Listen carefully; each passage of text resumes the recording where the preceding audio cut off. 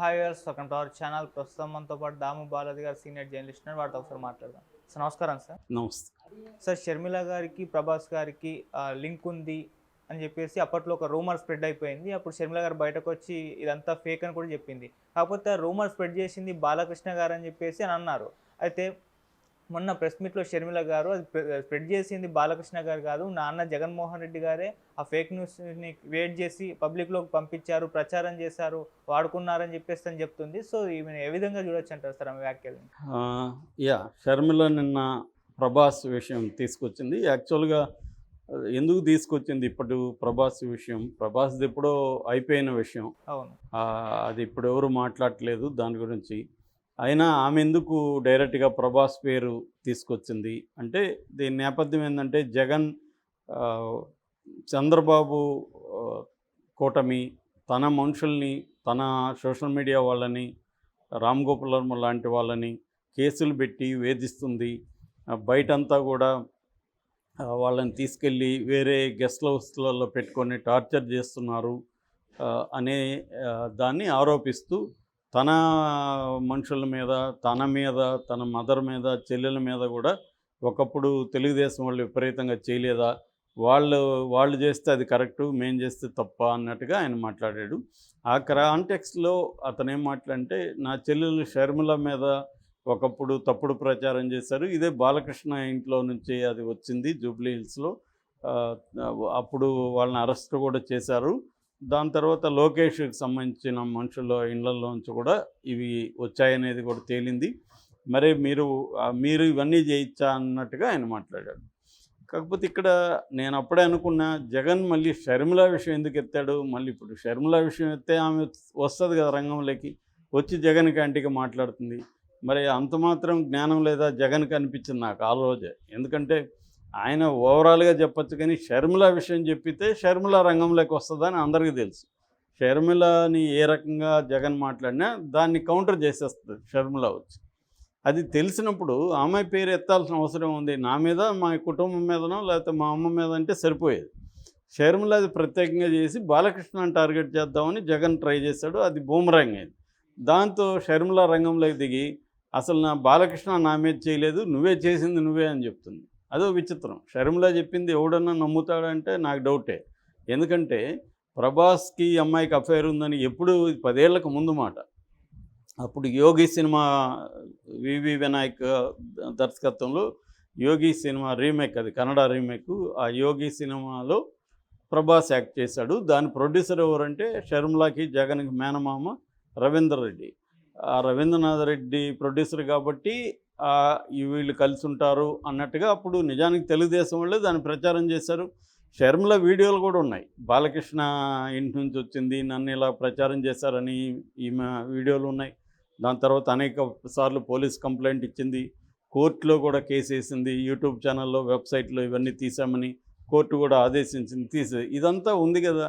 అంటే షర్మిల ఏమన్నా జనాలకి బ్రెయిన్ లేదని డిసైడ్ అయిపోయిందా, లేకపోతే నా వీడియోలు బయటికి రావనుకునిందా, వస్తే కూడా రాననుకునిందా? అంటే జగన్ మీద ద్వేషం ఉండొచ్చు, కానీ ఆ ద్వేషం గుడ్డిగా మారిపోయి ప్రజలందరూ నేనేం చెప్తే అది నమ్ముతారు అనుకునిందో ఏమో మరి తెలీదు.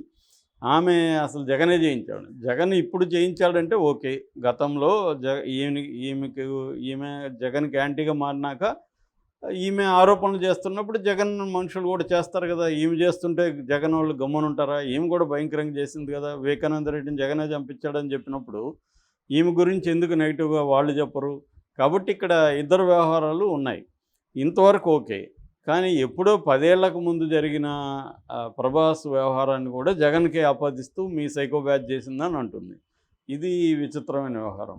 ఇదొకటి. రెండవది, ఆమె నిన్న ఏం ఆరోపిస్తుంది, అదానీ విషయంలో అవినీతి జగన్ ముడుపులు తీసుకున్నాడని.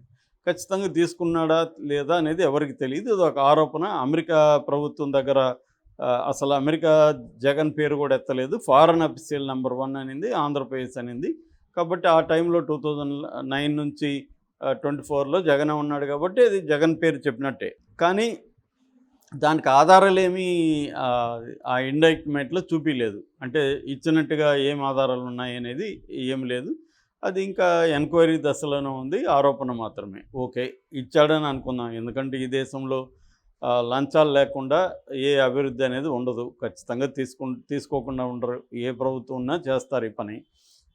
ఇప్పుడు మనం చూస్తున్నాం కదా, ఆంధ్రప్రదేశ్ కావచ్చు, ఇక్కడ కావచ్చు, భయంకరమైన లంచాలు తీసుకుంటున్నారని ఎక్కడ పోయినా ప్రజలే చెప్తున్నారు.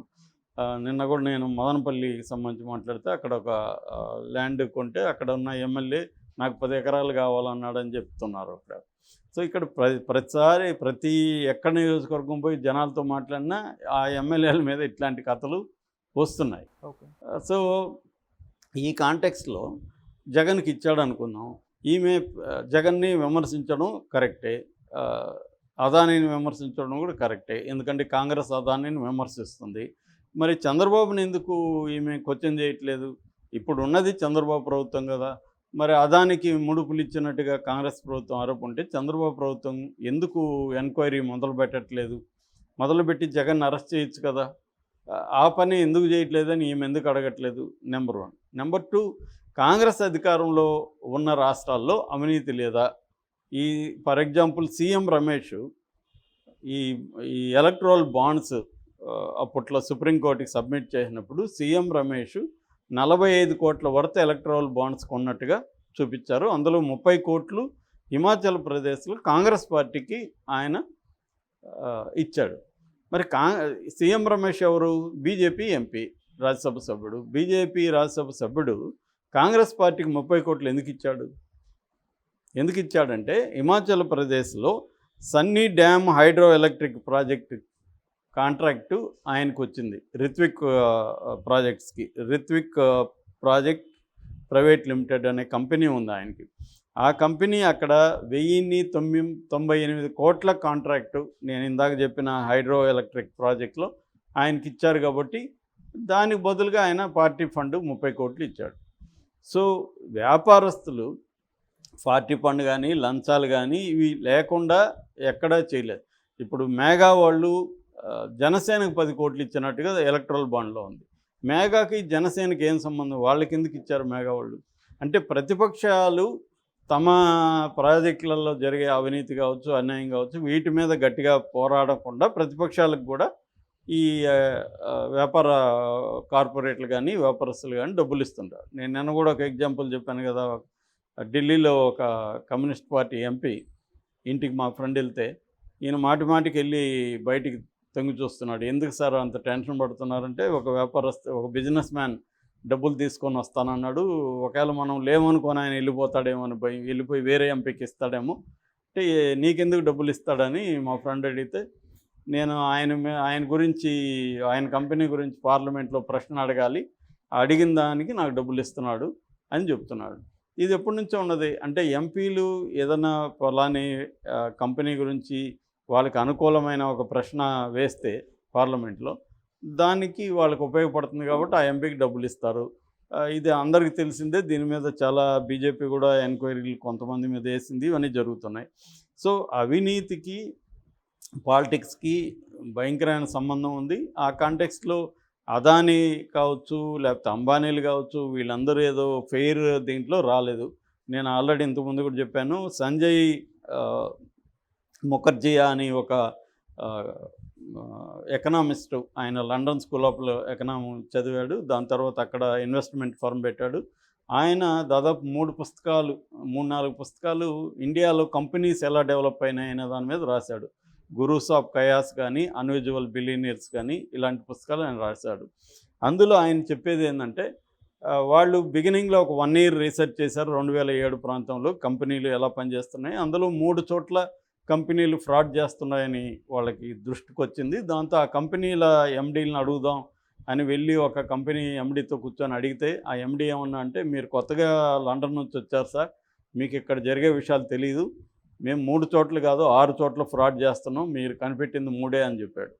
అంటే ఈ ఫ్రాడ్ చేయకుండా ఇవాళ ఇండియన్ కంపెనీలు ఏవి కూడా పై స్థాయిలో డెవలప్ అవ్వట్లేదు. This is the model.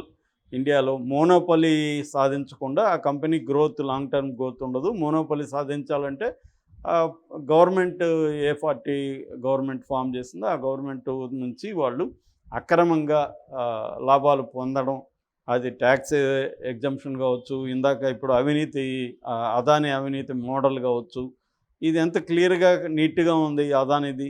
అంటే ఒక సెంట్రల్ గవర్నమెంట్కి గవర్నమెంట్ ఫర్మ్కి వీళ్ళు పవర్ అమ్మాలి.